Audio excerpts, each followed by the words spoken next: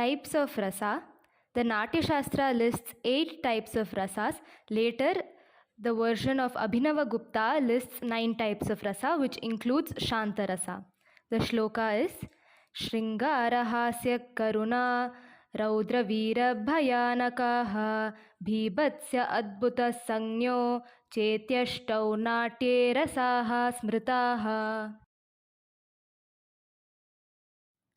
Colors of rasa.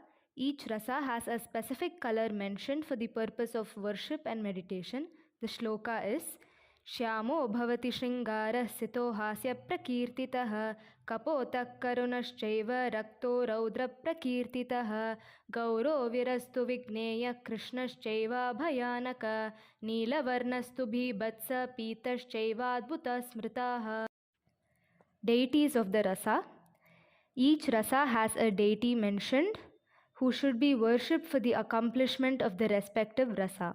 The shloka is Shringaro Vishnu Devatyo Hasya Pramata Devatah Raudro Rudradi Devatyah Karuno Yama Devatah Bhibatsasya Mahakalah Kalo Devo Bhayanaka Viro Mahendra Devasya Dadbhuto Brahma Devatah.